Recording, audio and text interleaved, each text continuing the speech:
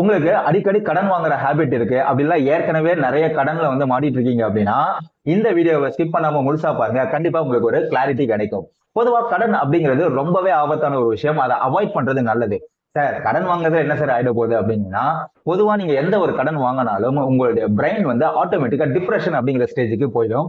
ரெண்டாவது உங்களுடைய mental ஸ்டெபிலிட்டியும் work எஃபிஷியன்சியும் ஆட்டோமேட்டிக்கா கம்மியாயிடும். ஸோ இதனால உங்களுடைய சோஷியல் லைஃப் ஆக்டிவிட்டியை அன்பேலன்ஸ் ஆகி தன்னைத்தானே அழிச்சிக்கிற சூழல் வந்து உருவாகும். ஸோ கடன் அப்படிங்கிறது எப்பவுமே ஆபத்தான ஒரு விஷயம் தான். முடிஞ்ச வரைக்கும் அதை அவாய்ட் பண்ணிடுங்க.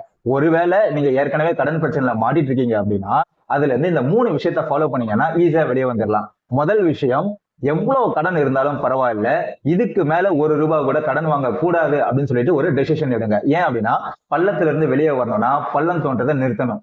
ரெண்டாவது, நமக்கு எவ்வளவு கடன் இருக்கு அப்படிங்கறத லிஸ்ட் அவுட் பண்ணி அதை வந்து ப்ரையாரிட்டைஸ் பண்ணுங்க. ஒன்ஸ் நம்ம வந்து கடனை வந்து ப்ரையாரிட்டைஸ் பண்ணிட்டோம் அப்படின்னா நமக்கு வந்து எதுக்கு வந்து இம்பார்ட்டன்ஸ் கொடுக்கணும், எதை வந்து பொறுமையா கொடுக்கலாம் அப்படிங்கிற ஒரு ஐடியா கிடைச்சிடும். ஸோ அந்த ஐடியாவை நம்ம ஃபாலோ பண்ணும்போது நமக்கு ரூட்டும் கிளியர் ஆயிடும். மூணாவது என்னன்னா, டேக் ஏ ரெஸ்பான்சிபிலிட்டி.